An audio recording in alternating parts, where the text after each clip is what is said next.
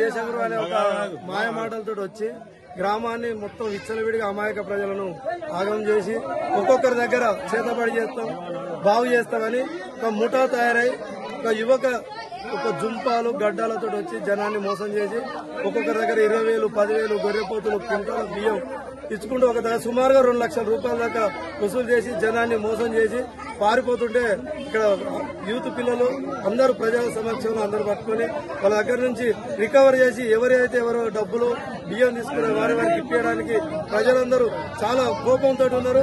దేశగురు అంటే ఆయన ఎమ్మడే పారిపోయాడు. వాళ్ళ అనుచరులు 4-5 ఉన్నారు.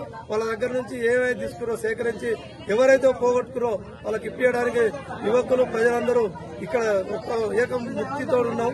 ఎట్టి చేసి ఇట్లాంటిది ఇంకా వేరే గ్రామంలో జరగకుండా సంబంధిత పోలీస్ స్టేషన్ కూడా సమాచారం ఇస్తాం.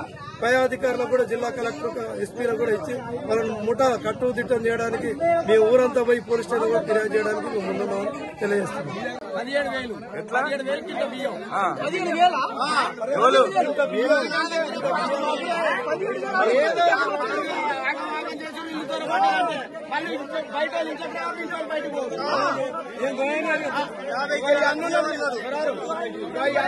బయటకు పోయి మీ ఇంటికి వస్తే మాట